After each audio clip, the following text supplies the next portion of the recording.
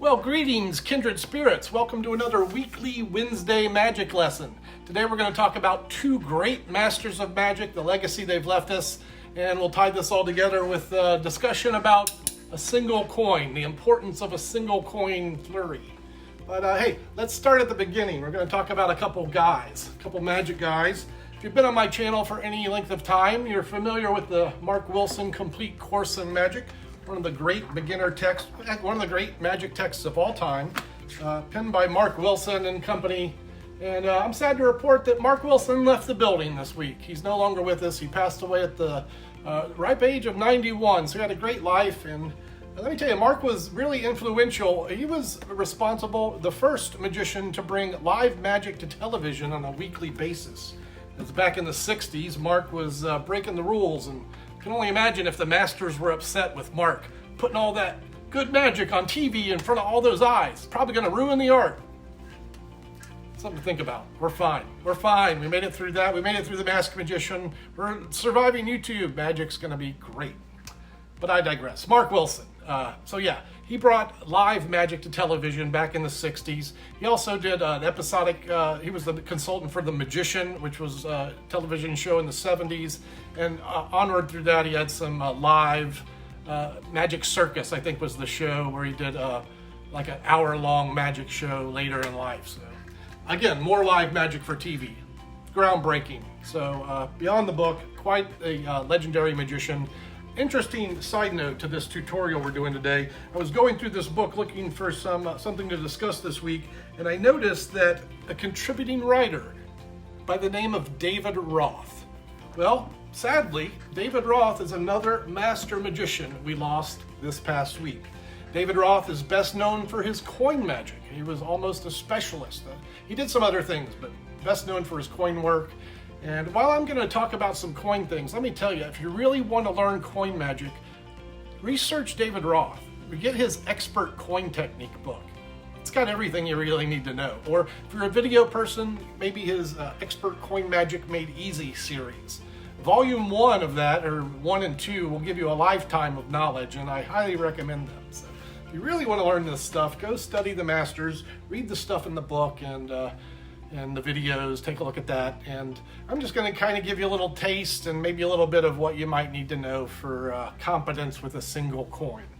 And let me tell you why I'm doing this. I think that this, competence with a single coin, is maybe the most important thing for a magician to learn. Coins are always available. If you're like me, you probably carry them with you, but chances are you can always find a quarter or even a nickel if need be to do some magic. If you're at the beach, you can pick up a rock or a shell. So if it's end times, you can still do magic with a single object. So always available. When I was a kid, my grandfather, he did the French drop, which is this move. He would make a coin disappear and then bring it from my ear or from the lamp wherever I wanted. Let me tell you, this for me was an enlightening thing as a young man. It's one of my earliest magic memories and probably influenced my choices to learn magic. So that's how strong just a single moment with a coin can be. And so, for those reasons and more, I think you should, consider pursuing competence. The muscles you'll build up, the dexterity. Maybe you're bored and you just need something to fiddle with. You can take the coin out of your pocket and practice the coin roll. Heck, let's start there. Learn the coin roll. This is something that's in the Mark Wilson book. It's rolling the coin from one knuckle to the next. You can do this one-handed by bringing your thumb around, but I usually go from one hand to the next, just grabbing it between the thumb and the forefinger as the other fingers roll it like so.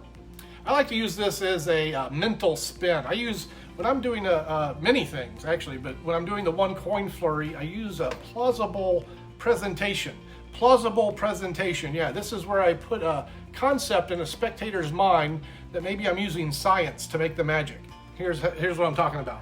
Yeah, this makes friction. This is friction. Friction makes heat, and heat will soften the coin. Yeah, it softens it up. If you know how, and I do, you can squeeze that coin until it's completely naked to the invisible eye. Yeah, naked to the, never mind. Just to reverse the friction, it comes back. If you keep it warm, you can squeeze it right up the sleeve. Heck, I can even put it up your sleeve. Yeah, right up your sleeve. Whoop, there it is. So this is what we're going to go over, these three sequences. I'm going to kind of gloss over the palms and the vanish techniques. Know this, I have done 2 other tutorials on simple vanishes and simple palming. I'm going to put a link to one here now. That'll be the palming video, and coming right up, card number 2, the vanishes video. This is going to tell you how to classic palm. It's going to tell you how to finger palm, and it'll teach you the put your thumb on it vanish from Discovery of Witchcraft. You can also use a finger palm vanish. That's in the Mark Wilson course. And then we'll use the classic palm vanish. So I'll talk about those just a little bit, but if you need more reference, go check out those videos. Let's digress to the coin roll. We're warming up our audience now. Hey, this makes friction. This is going to intrigue them anyway if you roll the coin. Yeah, it'll take practice, but it's rewarding practice. Give it maybe a month or 2 of doing this. I would say 30 minutes to an hour a day. You could do it while you watch TV. So, all right, this is, again, creating the plausible presentation. It makes heat that softens the coin. You do that little, just bend your wrists. It's an optical illusion. Now we get ready for a classic palm vanish. So as I pretend to put the coin in the hand, I keep it in the classic palm. You can do this tight. I like to give it a little air.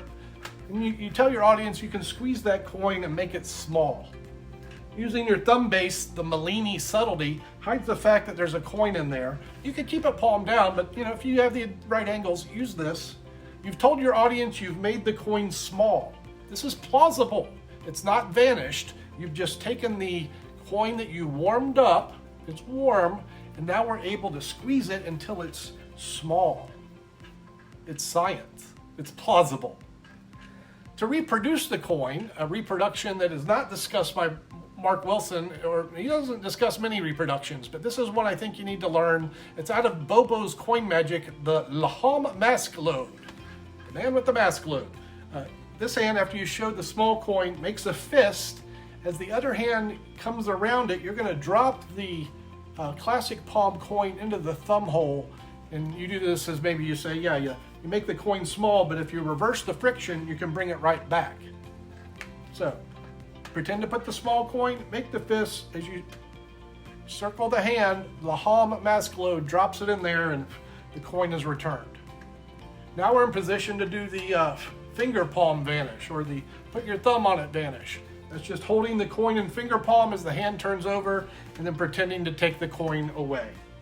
Take note, as mentioned in the vanish sections, I always try to move the clean hand first, pardon me, and note also that often I'll hold the coin in this position. I'm not making fists too often. I don't like fists in coin magic because this is not the way people hold money. This is the way people hold money. So if you can emulate that technique while doing a vanish, it's going to be a little more natural.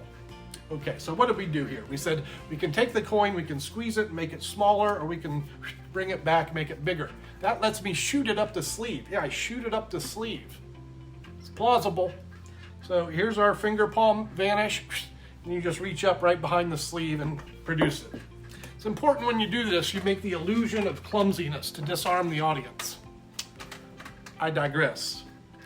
So it's smaller, it's bigger, and then it goes up the sleeve. We're going to finish by placing the coin up the spectator sleeve. What? Yeah. To do that, I use a spider vanish. This is an interesting technique that is like a reverse psychology. And this is a good moment to use this. So here's what I do. I actually put the coin in my hand. So I actually put it there. I pretend to make it disappear, but I make some suspicion with the other hand, okay? So it's reverse psychology. It plays like this. Watch the coin. I'll make it disappear right up your sleeve. Here it is. Boop. So I'm taking the coin. This is Mike Skinner's handling of Ed Marlowe's Spider Vanish. I take the coin, place it directly into a classic palm, pull this hand away suspiciously, and then pretend to throw a coin at the spectator's sleeve. Their attention should go here, and when you open your hand, they'll be surprised that it has vanished. It's at that point that you reproduce the coin from their sleeve. Or whatever finish you have in mind. There's lots of things you can do. I'll mention this. In the Mark Wilson book, there's a great vanish where the coin goes through the pants leg. So if you want a good vanish to finish this impromptu, that's a good way to finish.